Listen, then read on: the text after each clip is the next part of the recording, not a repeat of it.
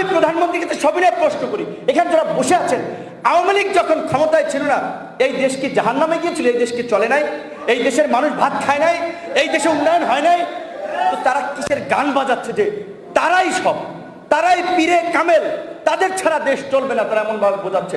আপনাদের নেতারাই একজনকে আরেকজনকে চোর বলছে। এই ঢাকা সিটি কর্পোরেশনের মেয়র আপনাদের এই জ্ঞাতি গোষ্ঠী, কাছের লোকজন, রক্তের, সাইদ খোকন বলছেন তাপস সাহেবকে চুনোপুটি, চোর বলছেন। রাঘব বল, তাপস সাহেব বলছেন তাকে চুনোপুটি, মানে তারা যে চোর এটা কিন্তু তারা নিজেরা বলছে, আমি বলছি না, আপনি বলছেন। আওয়ামী লীগের সাধারণ সম্পাদক ওবায়দুল কাদের সাহেবের ভাই বলছেন এমপিরা মদ নারী নিয়ে থাকে, পরে থাকে, দেশের জন্য কাজ করে না, নৈতিকভাবে বিচ্যুত হয়েছে। আমার কথা, ওবায়দুল কাদের ভাইয়ের কথা। ওবায়দুল কাদেরের ভাই বলেছেন যে সুষ্ঠু নির্বাচন হয় নাই, এবং একটা চরম সত্য কথা বলেছে, প্রকৃত সুষ্ঠু নির্বাচন হলে দরজা টোয়াই হাই কোনো, এটাই বাস্তবতা, তারা বুঝতে পেরেছে। আরেকজনে দেখেন নিক্সন চৌধুরী, তিনি বলেছেন বাংলাদেশে একটাই নির্বাচন হয়েছে, সেটা হচ্ছে ফরিদপুরের ভাঙ্গায়। তারাই বলছে নির্বাচন একটা জায়গা হয়েছে, তার ওই জায়গায় আর কোনো জায়গায় নির্বাচন হয়নি। তো এই যে তামসার নির্বাচন করে হাজার হাজার কোটি টাকা খরচ করে জনগণের সাথে তামসা করে ভোটাধিকার কেড়ে নিয়ে তারা ক্ষমতায় আছে। আর আমি বলবো যে আমাদের রাজনৈতিক দলগুলো কাণ্ড জ্ঞানহীন ভাবে এই অবৈধ সরকারকে বৈধতা দিতে তারা যেই নির্বাচনকে তারা বর্জন করছে, নাকে খত দিয়ে সংসদে গিয়েছে। সোজা কথা ঘোষণা দেন যে এই অবৈধ নির্বাচন কমিশনার, দলকানা নির্বাচন কমিশনার, ছাত্রলীগ মার্কা নির্বাচন কমিশনার, উনি ছাত্রলীগের নেতা ছিলেন, জনতার মঞ্চের অ্যাক্টিভিস্ট ছিলেন। সেই দলকানা ব্যক্তি নির্বাচন কমিশনের কোন নির্বাচনে যাব না আমরা, রাজনৈতিক দলগুলো সিদ্ধান্ত। কাজে আমার দেশের সরকারি কর্মকর্তা কর্মচারীরাও যেন বলতে পারে আমরা কোনো ভোট চোর, স্বৈরাচার, ফ্যাসিবাদের আদেশ কায়েম করার জন্য চাকরি নেই নাই। আমরা জনগণের ভোটে যারা নির্বাচিত হবে তাদের আদেশ পালন করার জন্য আমরা চাকরি নিয়েছি। আজকের এই বক্তব্যের শুরুতেই আমরা স্মরণ করছি যে আমাদের এই 69-এর গণ অভ্যুত্থানের অন্যতম মহানায়ক, ছাত্রনেতা, শ্রমিক নেতা, কৃষক নেতা আসাদকে আমাদের, কারণ তিনি অনেকে ভেবে থাকতে পারেন যে তিনি ছাত্রনেতা ছিলেন, বা অনেকে যদি না জেনে থাকেন ইতিহাস সঠিকভাবে, অনেকে হয়তো না জানলে কিন্তু এটা আমাদের ভুল হবে। তিনি শুধু ছাত্রনেতাই ছিলেন না, যে কিছুক্ষণের পূর্বেই বক্তব্যে যে আমাদের রুবেল ভাই যেটি বলেছিলেন হাট হরতাল, সেই কৃষকদেরকে হাট হরতালে সংগঠিত করতে মৌলানা ভাসানী তার এই বিশ্বস্ত শিষ্যদেরকে পাঠিয়েছিলেন গ্রামগঞ্জে। তারা ছড়িয়ে ছিটিয়ে গ্রামগঞ্জে কৃষক, শ্রমিক সবাইকে সংগঠিত করেছিল, এবং তার পরিপ্রেক্ষিতেই সেই 69-এর গণ অভ্যুত্থান একটা চূড়ান্ত পর্যায়ে একটা রূপ লাভ করেছিল। 6 দফাকে বলা হচ্ছে বাঙালির মুক্তির সনদ, আমরা অস্বীকার করি না, কিন্তু আপনাদেরকে এই কথাও বলতে হবে যে 6 দফা দিয়েছেন 66 সালে, কিন্তু 69-এর আগ পর্যন্ত 6 দফাকে কিন্তু ওইভাবে 6 দফাতে মানুষ সংগঠিত হয়নি। 6 দফা মানুষের কাছে পৌঁছায়নি ওইভাবে, বা 6 দফাকে মানুষ ওইভাবে ধারণ করতে পারে নাই। 3 বছর ছিল 66 থেকে 69। যখন ছাত্ররা যখন 11 দফা দিয়েছিল তখন মানুষ ছাত্রদের কথা শুনেছিল, কারণ ওই সময় ছাত্ররাই জাতীয় নেতৃত্বের জায়গা থেকেও জাতীয় সংকট মোকাবিলায় ছাত্ররাই কিন্তু অগ্রণী ভূমিকা পালন করেছিল। তো আজকে 6 দফাকে হাইলাইট করা হচ্ছে, 11 দফাকে ওইভাবে আনা হচ্ছে না। রুবেল ভাই যেটা বলেছেন, আমরা অত্যন্ত ব্যথিত যে এই প্রজন্মের একজন মানুষ হিসেবে যে আজকে মানুষ এতটা বিবেকহীন হয় কিভাবে, এতটা বেঈমান হয় কিভাবে, ইতিহাসকে তারা মুছে দিতে চায়, ইতিহাসকে নিজের মতো করে লিখতে চায়। আজকে বলেছেন যে জাতীয় পত্রিকাগুলোতে প্রথম পৃষ্ঠায় নাই 69-এর গণ অভ্যুত্থান। এই 69-এর পূর্বের বক্তারা বলেছেন 69-এর গণ অভ্যুত্থান না হলে শেখ মুজিবুর রহমান বঙ্গবন্ধু হতেন না, ফাঁসির কাষ্ট থেকে হয়তো মুক্ত পেতেন না। 69-এর গণ অভ্যুত্থান না হলে 70-এর নির্বাচনে আওয়ামী লীগ জয়লাভ করতো না, এবং 70-এর নির্বাচন না হলে হয়তো মুক্তিযুদ্ধ হতো না। এই ক্রেডিট কি আওয়ামী লীগের? আওয়ামী লীগের নয়। এই ক্রেডিট যদি দিতে হয়, এই সংগঠকের যদি স্বীকৃতি দিতে হয়, সর্বপ্রথম স্বীকৃতি দিতে হবে মাওলানা আব্দুল হামিদ খান ভাসানীকে। কিন্তু আপনারা দেখেছেন মাওলানা হামিদ খান ভাসানীকে ওইভাবে কেউ স্মরণ করে? এর আগে একজন ছাত্রনেতা বলেছিলেন যে মাওলানার দল চুরি করেছে আওয়ামী লীগ, প্রতীক চুরি করেছে বিএনপি, মানে একটা কথা বলেছিলেন যে আদর্শটাকে তারা কেউ চুরি করতে পারে নাই। কারণ আদর্শের রাজনীতি তারা করছে না। যারা বলছে সেই আজকের যদি এই ভোট ডাকাতির ইতিহাস আমাদেরকে আলোচনা করতে হয়, ভোট চুরির কথা বলতে হয়, স্বাধীন বাংলাদেশে ৭২ সালে ভোট ডাকাতি শুরু হয়েছে ডাকসু নির্বাচনের ব্যালট বাক্স ছিনতাইয়ের মাধ্যমে। সেই ভোট চুরির জন্য, ভোট ডাকাতির জন্য কারা দায়ী ছিল সেগুলো আজকে জনগণকে প্রশ্ন করতে হবে। সেই ভোট ডাকাতি, ভোট চুরি সেই ৭২ থেকেই শুরু হয়েছিল ঢাকা বিশ্ববিদ্যালয়ের ডাকসু নির্বাচনের মধ্যে দিয়ে, যার চূড়ান্ত পরিণতি আজকে বাংলাদেশের মানুষ ভোট দিতে পারছে না। সুতরাং এই ভোট ডাকাতি কিংবা ভোট চুরি, ভোট ছাড়া ক্ষমতায় থাকার ইতিহাস এই ২১ সালেই কিংবা ১৯ সালে, ১৮ সালে প্রথম সেটা নয়।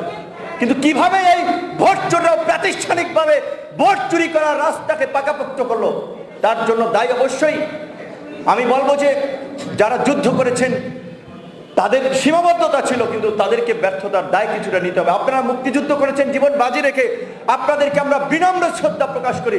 আপনাদের কথা আজীবন আমরা, প্রজন্মের পর প্রজন্ম আপনাদের ইতিহাস বলবে, কিন্তু ব্যর্থতার দায়ও কিছুটা আপনাদেরকে নিতে হবে। আপনারা আমাদেরকে একটা ভূখণ্ড দিয়েছেন, কিন্তু সেই ভূখণ্ডটা কিভাবে চলবে? রুবেল ভাই বলেছেন যে মানুষ শুধুমাত্র একটা ভূখণ্ড পাওয়ার জন্য যুদ্ধ করে নাই, মুক্তির জন্য যুদ্ধ করেছিল।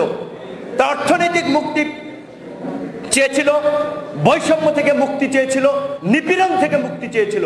আজকে কি আমরা সেগুলো থেকে মুক্ত হতে পেরেছি? হতে পারি নাই।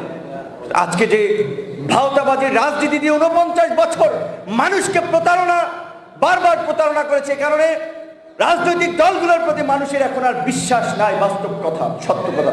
সে কারণে হয়তো অনেকে রাজনৈতিক দলগুলোর ডাকে এখন আর আসতে চায় না। কিন্তু আমরা যারা কাজ করছি, আমাদের প্রতিও তাদের আস্থা, বিশ্বাসের কিছুটা ঘাটতিও রয়েছে, অস্বীকার করার রয়ে নাই। পরিপূর্ণ বিশ্বাস করতে পারছে না যে এরা যে আহ্বান জানাচ্ছে শেষ পর্যন্ত এরা কোন দিকে কি যাবে সেটি নিয়ে মানুষ ভাবছে।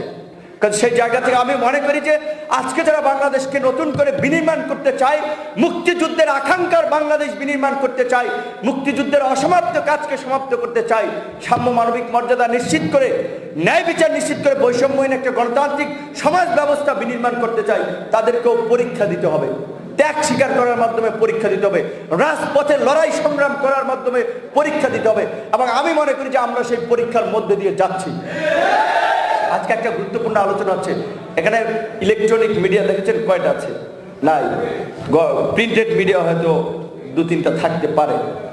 এবং আরেকটা কথা আমাদের মুক্তিযোদ্ধা রহিম জাহাঙ্গীর ভাই বলেছেন যে ভারত মুক্তিযুদ্ধে আমাদেরকে সহযোগিতা করেছে। ভারত বাংলাদেশ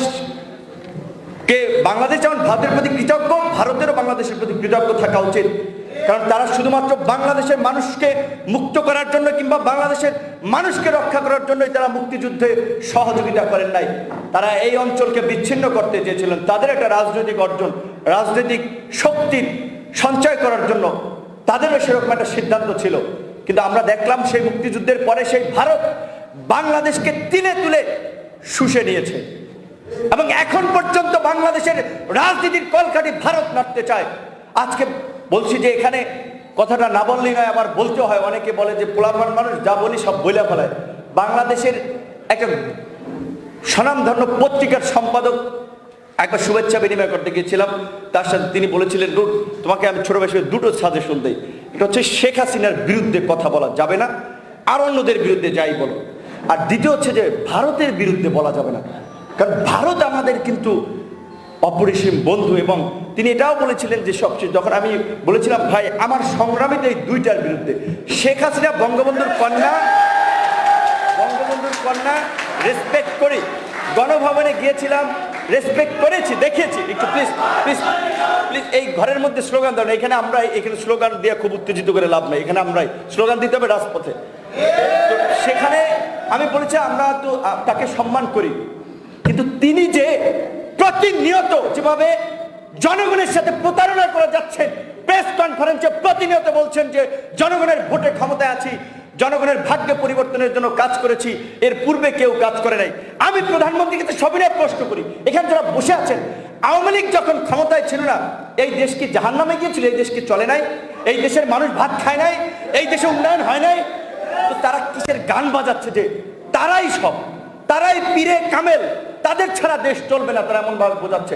এবং বলছেন যে দীর্ঘমেয়াদে ক্ষমতায় থাকার সুফল জনগণ পাচ্ছে। হ্যাঁ, সুফল জনগণ পাচ্ছে। বাংলাদেশ এখন গুম, খুন, ধর্ষণের স্বর্গরাজ্যে পরিণত হয়েছে, এই সুফল পাচ্ছে। সুফল পাচ্ছে আপনাদের নেতারাই একজনকে আরেকজনকে চোর বলছে। এই ঢাকা সিটি কর্পোরেশনের মেয়র আপনাদের এই জ্ঞাতি গোষ্ঠী, কাছের লোকজন, রক্তের লোকজন, যে আপনার সাইদ খোকন বলছেন তাপস সাহেবকে চুনোপুটি, চোর বলছেন। রাঘব বল, তাপস সাহেব বলছেন তাকে চুনোপুটি, মানে তারা যে চোর এটা কিন্তু তারা নিজেরা বলছে, আমি বলছি না, আপনি বলছেন। আওয়ামী লীগের সাধারণ সম্পাদক ওবায়দুল কাদের সাহেবের ভাই বলছেন এমপিরা মদ নারী নিয়ে পড়ে থাকে, দেশের জন্য কাজ করে না, নৈতিকভাবে বিচ্যুত হয়েছে। আমার কথা, ওবায়দুল কাদের ভাইয়ের কথা। ওবায়দুল কাদেরের ভাই বলেছেন যে সুষ্ঠু নির্বাচন হয় নাই, শেখ হাসিনা ভাতের অধিকার মানুষের নিশ্চিত করতে পারছেন। শেখ হাসিনা কি আমার বাসায় কি মান্থলি চাল পাঠায়, ডাল পাঠায় যে আমার ভাত শেখ হাসিনা নিশ্চিত করছে? আমার ভাত আমি নিশ্চিত করছি, এদেশের মানুষের ভাত এদেশের মানুষ নিশ্চিত করছে। তিনি বলেছেন, তারপর তার কথা ধরে নিলাম, কিন্তু তিনিও ওই কথা বলেছেন যে ভোটের অধিকার নিশ্চিত করতে পারে নাই, এবং একটা চরম সত্য কথা বলেছে, প্রকৃত সুষ্ঠু নির্বাচন হলে দরজা টোয়াই হয় কোনো। এটাই বাস্তবতা, তারা বুঝতে পেরেছে। আরেকজনে দেখেন নিক্সন চৌধুরী, তিনি বলেছেন বাংলাদেশে একটাই নির্বাচন হয়েছে, সেটা হচ্ছে ফরিদপুরের ভাঙ্গায়। তারাই বলছে নির্বাচন একটা জায়গা হয়েছে, তার ওই জায়গায় আর কোনো জায়গায় নির্বাচন হয়নি। তো এই যে তামসার নির্বাচন করে হাজার হাজার কোটি টাকা খরচ করে জনগণের সাথে তামসা করে ভোটাধিকার কেড়ে নিয়ে তারা ক্ষমতায় আছে। আর আমি বলবো যে আমাদের রাজনৈতিক দলগুলো কাণ্ড জ্ঞানহীন ভাবে এই অবৈধ সরকারকে বৈধতা দিতে তারা যেই নির্বাচনকে তারা বর্জন করছে, নাকে খত দিয়ে সংসদে গিয়েছে, এবং এখন আবার বলছে যে এই নির্বাচন কমিশন বেহুদা, ঠুটু, জগন্নাথ, অমুক তমুক, হ্যাংত্যাং। আবার সেই নির্বাচন কমিশনের অধীনে তুমুল প্রতিদ্বন্দ্বিতা হয়, সেখানে আজকে পৌরসভাগুলোতে আজকে তারা আপনার বিনা প্রতিদ্বন্দ্বিতায় জিতে যাচ্ছেন। মানুষকে বন্দুক ঠেকিয়ে, কারো সন্তানকে আটক করে গুলির ভয় দেখিয়ে, মারার ভয় দেখিয়ে, এইভাবে সন্ত্রাসী তাণ্ডব চালিয়ে নির্বাচন থেকে সরিয়ে দিচ্ছে। নির্বাচন কমিশন কোনো ব্যবস্থা নিতে পারছে না। তো এই নির্বাচন কমিশনের দিনে আমরা কেন নির্বাচনে যাব? তাই আমার রাজনৈতিক দলগুলোর প্রতি আহ্বান থাকবে, হয়তো কথায় যদি কষ্ট পেলেন, দুঃখ পেয়ে দেখেন, আক্রমণ হিসেবে নিয়ে থাকেন, আমি বলবো আক্রমণ হিসেবে না। যদি পরিবর্তন চান, হঠাৎ করেই তো গণ আন্দোলন গড়ে উঠবে না, ইস্যু তৈরি করতে হবে। নির্বাচন বর্জন করেন সবাই যারা গণতন্ত্রের পক্ষের কথা বলেন, গণতান্ত্রিক শক্তি হিসেবে দাবি করেন, একটা সোজা কথা ঘোষণা দেন যে এই অবৈধ নির্বাচন কমিশনার, দলকানা নির্বাচন কমিশনার, ছাত্রলীগ মার্কা নির্বাচন কমিশনার, উনি ছাত্রলীগের নেতা ছিলেন, জনতার মঞ্চের অ্যাক্টিভিস্ট ছিলেন, সেই দলকানা ব্যক্তি নির্বাচন কমিশনের কোন নির্বাচনে যাব না আমরা, রাজনৈতিক দলগুলো সিদ্ধান্ত। এবং অনেকগুলো ইস্যু ধরে ধরে লাইন আনতে হবে সরকারকে। সরকার বেলাইনে চলে গেছে। কিসের শেখ হাসিনার পতন ঘটাইবেন, সরকারের পতন ঘটাইবেন? করোনাকালীন সময়ে একজন স্বাস্থ্যমন্ত্রী পেপার পত্রিকাগুলো ভালো করে প্রচার করেছে যে তিনি তার এপিএসটার পুত্র দুর্নীতির সিন্ডিকেটের সাথে জড়িত। আমরা টুকটাক কথা বলেছি, ছোটখাটো আন্দোলন করেছি। এক স্বাস্থ্যমন্ত্রীকে সরাইতে পারলে তাহলে কিসের সরকার সরাইবেন? একটা জায়গা থেকে সফলতা শুরু করতে হবে। যদি স্বাস্থ্যমন্ত্রীকে সরাতে আমরা পারি নাই, আমরা কথা বলেছিলাম, সাকিব ভাই সহ আমরা ছোট সংগঠন আমরা দাঁড়িয়েও ছিলাম। অন্যান্য দলগুলোকে দেখেছেন, এরা খালি টেলিভিশন টকশোতেই খালি লুটপাট হচ্ছে, দেশে টাকা বাইরে চলে যাচ্ছে, তার জন্য রাজপথের কর্মসূচি কোথায়? সচিবালয় ঘেরাও কোথায়? আইন শৃঙ্খলার অবনতি হচ্ছে, ধর্ষণের সর্বরাজ্য হচ্ছে, গুম খুন হচ্ছে। স্বরাষ্ট্রমন্ত্রীর কার্যালয় ঘেরাও কোথায়? যেটা রুবেল ভাই বলেছেন যে আপনার গভর্নর হাউস ঘেরাও করেছেন কে? মাওলানা আব্দুল হামিদ খান ভাসানী। জেলা প্রশাসকের বাসভবন ঘেরাও করেছেন কে? মাওলানা আব্দুল হামিদ খান ভাসানী। এই সমস্ত বিভিন্ন দাবি দেওয়া কেন্দ্রিক আন্দোলন করতে করতেই তো একটা গণ অভ্যুত্থান তৈরি হয়েছে। হঠাৎ করে বললে কি উপর থেকে পড়বে গণ অভ্যুত্থান? নো। তার জন্য আমরা আহ্বান জানাবো যে আজকে সরকার যে ভাওতাবাজি করছে, নির্বাচনের নামে প্রতারণা করছে, বাটপারি করছে, মানুষের ভোট কেড়ে নিচ্ছে, এটা প্রতিনিয়তই আমরা দেখে যাচ্ছি। সরকার বলছে যে করোনাকালীন সময় তারা অর্থনৈতিক চ্যালেঞ্জকে মোকাবিলা করেছে, অথচ আপনার সমস্ত জরিপগুলো বলছে, এই গত পরশুদিন সম্ভবত সাউথ সানেম, যেটা একটা এনজিও, তারা বলছে যে আগের যে দারিদ্রতার হার ছিল 21.4 5%, সেখান থেকে দারিদ্রতার হার এখন বেড়ে হয়েছে 41%। অর্থাৎ 100 জনে 41 জন মানুষ কিন্তু গরিব হয়ে গেছে। বুঝতে পারতেছেন প্রভাবটা কোথায় পড়তেছে?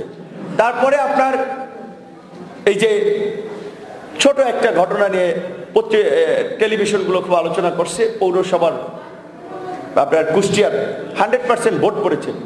আজকে আপনার কি একটা পৌরসভার ভোট নিয়ে আলোচনা করেন? জাতীয় নির্বাচনে 213টি সেন্টারে তো 100% ভোট পড়েছে।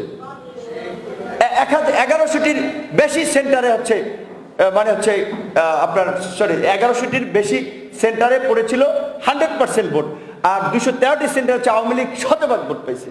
এই ধরনের তো ইতিহাস আমরা জাতীয় নির্বাচন থেকে দেখেছি। এই তাদের অধীনে আপনি কিভাবে আশা করেন যে একটা ফেয়ার নির্বাচন হবে? সেজন্য আমরা সকল গণতান্ত্রিক আর যে এই বললাম যে আজকে প্রথম বক্তব্যে যে এখানে এরকম একটা তাৎপর্যপূর্ণ প্রোগ্রাম হচ্ছে, আমাদের মিডিয়াগুলো ওইভাবে প্রচার করছে না কেন? তা জানছে যে এখানের যে তাদের স্লোগান হচ্ছে ইস্টাবলিশমেন্টের বিপরীতে, যে এই যে প্রাতিষ্ঠানিক যে দুর্বৃত্তায়ন রাজনীতির, আমরা বলছি এটার পরিবর্তন করতে হবে। 253 পরিবারের তালিকা অলরেডি তৈরি করেছি যে এরা বাংলাদেশকে জিম্মি করেছে, বাংলাদেশের টাকা লুটপাট করছে, পাচার করছে। কিন্তু দুর্ভাগ্যজনক হলেও সত্য, মিডিয়া বলেন, পাওয়ার বলেন, তাদের হাতেই জিম্মি। দেখেছেন এত সমালোচনার পরেও প্রধানমন্ত্রীর বেসরকারি খাত বিষয়ক উপদেষ্টা বেক্সিম কোর সালমান এফ রহমানকে এত সমালোচনার পর তার প্রতিষ্ঠানকে আপনার টিকার দায়িত্ব দিয়েছে না, $2 টিকা $5 আনতে দিয়েছে না, আপনার সমালোচনা করছেন, কি হয়েছে? তার কি ব্যবসার কম হয়েছে? সরকার কি আপনার সমালোচনার কারণে সিদ্ধান্তের পরিবর্তন করেছে? করেনি। আমরা যদি রাজপথে নামতে পারতাম, যে শেয়ার বাজার কেলেঙ্কারির নায়ক এই দরবেশদেরকে আর লুটপাটের সুযোগ দেওয়া হবে না, সরকার দিতে পারত না। সেজন্য ইস্যু ভিত্তিক অন্তত আমাদেরকে মাঠে সক্রিয় হতে হবে, এবং মাঠে সক্রিয়তার মধ্যে দিয়েই আমরা মনে করি আমাদের যে আহ্বান, যে জনগণের ক্ষমতায়ন, দুর্বৃত্তায়নের ক্ষমতায়ন নয়, জনগণের মধ্যে জাগরণ ঘটবে। তার জন্য সহজে রাস্তা তৈরি হবে না, অবশ্যই ত্যাগ স্বীকার করতে হবে। এবং তার জন্য আজকে এখানে যারা আমাদের সিনিয়র নেতৃবৃন্দ রয়েছেন, জাফরুল্লাহ চৌধুরীর মতো মানুষ, আওয়ামী লীগ করেন না, বিএনপি করেন না, যেই ডাকে সেখানেই যাচ্ছে। এই বয়সে তার কি পাওয়ার আছে? তারপরে এই মানুষটাকে সব জায়গায়, যেখানে আজকের প্রোগ্রামে সবার আগে উপস্থিত তিনি এসে বসে রয়েছেন, তার কি কিছু পাওয়ার আছে? সব বিশ্ব থেকে বাংলাদেশ সবাই তো চিনে। তাদের আক্ষেপ যে না, দেশটা তো যেভাবে চেয়েছিলাম এভাবে চলছে না, এইভাবে চলতে দেওয়া যায় না। শহীদ মিনার 29 তারিখ সমাবেশে আপনাদের মনে আছে, তিনি বলেছিলেন যে সরকার খাদের কিনারায় ধাক্কা দিলেই পড়ে যাবে। তিনি বলেছেন রাজনৈতিক দলগুলো কাজে লাগাতে পারছে না, সরকার অবশ্যই খাদের কিনারায়। তারা ইন্টারনাল এক্সটার্নাল চতুর্মুখী দ্বন্দ্বের জর্জরিত। তাদের দুর্বৃত্তায়ন এবং লুটপাটের ফলে যেই কম পাচ্ছে সেই ফাঁস করে দিচ্ছে গোমর, এবং সেই একজনের বিপরীতে আরেকজনকে লাগিয়ে দিচ্ছে। কিন্তু আমরা সংগঠিত হতে পারছি না, সুতরাং আমাদেরকে সংগঠিত হওয়ার কোনো বিকল্প নাই। তাই আজকের এই সমাবেশ থেকে আমরা আহ্বান জানাবো, আমরা কোনো এক দৈত্য দানবকে সরিয়ে আরেক দৈত্য দানবকে ক্ষমতায় বসাতে চাই না। আমরা রাষ্ট্রের সংস্কার চাই, আইনের সংস্কার চাই। সাংবিধানিক প্রতিষ্ঠানগুলোকে যেভাবে আমেরিকার প্রতিষ্ঠানগুলো যেভাবে বলতে পারে, যে আমেরিকার জেনারেলরা যেভাবে যে ট্রাম্পের উন্নততার কারণে যে আমরা কোনো রাজা রানীকে রক্ষা করার জন্য শপথ নেই না, আমরা আমেরিকার মানুষ এবং আমেরিকার সংবিধানের মূল্যবোধকে রক্ষা করার জন্য শপথ নিয়েছি। কাজে আমার দেশের সরকারি কর্মকর্তা কর্মচারীরাও যেন বলতে পারে আমরা কোনো ভোট চোর, স্বৈরাচার, ফ্যাসিবাদের আদেশ কায়েম করার জন্য চাকরি নেই।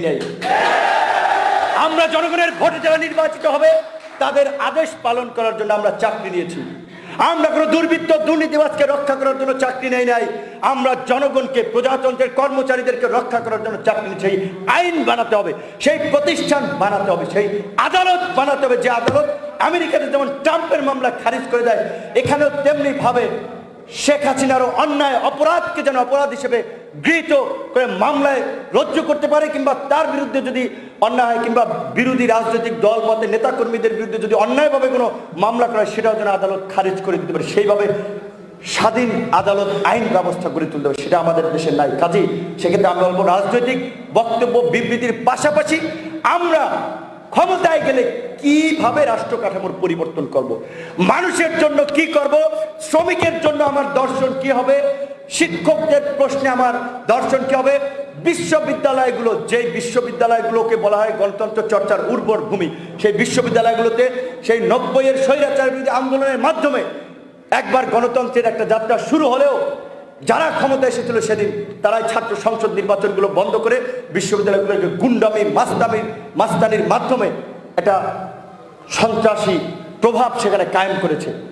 তাদেরকে মুক্ত চিন্তা করতে যাচ্ছে না। এখানে ছাত্রটা গোলাম মোস্তফা বলেছেন খুলনা বিশ্ববিদ্যালয়ে 2 জন ছাত্রকে বহিষ্কার করেছে 2019 সালের সম্ভবত আন্দোলনে যুক্ত থাকার অভিযোগে, 21 সালে এসে বহিষ্কার। মানে হচ্ছে ওই সময় আন্দোলন ছিল, পাবলিক সেন্টিমেন্ট ছিল, ছাত্ররা সংগঠিত ছিল, তখন কিছু বলেনি। এখন একটু আন্দোলনটা স্থগিত হয়েছে, করোনার মধ্যে ক্লাস নাই, বহিষ্কার করছে এবং সেখানে 3 জন শিক্ষককেও বহিষ্কার করা হচ্ছে। এরা বিশ্ববিদ্যালয়ের প্রশাসন হিসেবে কারা দায়িত্ব পালন করছে চিন্তা করেন। রাতের অন্ধকারে ভিসিরা বাসায় ছাড়ছেন, আর এক ভিসি নিজেকে বাঁচাতে বলছেন বাবা চাকরি যা আছে ছাত্রলীগ পাবে, চাকরি ছাত্রলীগকে দিয়ে দিচ্ছেন প্রকাশ্যে, মিডিয়া পেপার পত্রিকা আসছে, সেগুলো নিয়ে আপনারা প্রতিবাদ করতে পারছেন? রাজশাহী বিশ্ববিদ্যালয়ের চাকরি কি ছাত্রলীগের নেতারা ছাত্রলীগের বেতন দেবে? জনগণের ভ্যাট ট্যাক্সের টাকায় চাকরি হবে, তাহলে কেন বিশ্ববিদ্যালয়ের ভিসি ছাত্রলীগকে চাকরি দেওয়ার কথা বলেও ওই ভিসি নৈতিক স্খলনের পরেও পদে থাকছে তারা, এবং তারা থাকবে যতদিন পর্যন্ত না আমরা সংগঠিত হব। সেজন্য আমরা বলবো এই প্রতারিত রাজনীতির আমরা দীর্ঘদিন দেখেছি। এখন এই 4টি সংগঠন এখানে ওইভাবে প্রভাবশালী সংগঠন না হলেও আপনারা যদি পাশে থাকেন এবং আমাদের আজকের এই আলোচনার সারমর্ম লক্ষ্য বস্তুগুলো যদি মানুষের সাথে শেয়ার করেন, মিডিয়া নাই তো কি হয়েছে, আজকের একটা বক্তব্য সোশ্যাল মিডিয়াতে লাখ লাখ ভিউয়ার ছড়িয়ে যায়। একজন অশিক্ষিত মানুষ ফেসবুক ওইভাবে না তার ভিডিও স্ক্রল করে দেখতে পারে কে কি বলছে। শুধু আপনাদের কথা পৌঁছে যাচ্ছে মানুষের কাছে, আপনাদেরকে মাঠে নেমে কাজ করতে হবে। বলছি আমরা তো আছি, সুতরাং যদি আমরা সেটা পারি দেন আমরা সেই একটা গণতান্ত্রিক মুক্তি, একটা গণতান্ত্রিক বাংলাদেশ, মুক্তিযুদ্ধের সাম্য মানবিক মর্যাদা, সেই কাঙ্ক্ষিত বাংলাদেশ আশা করতে পারি। ধন্যবাদ, একটু লং করে ফেলুন।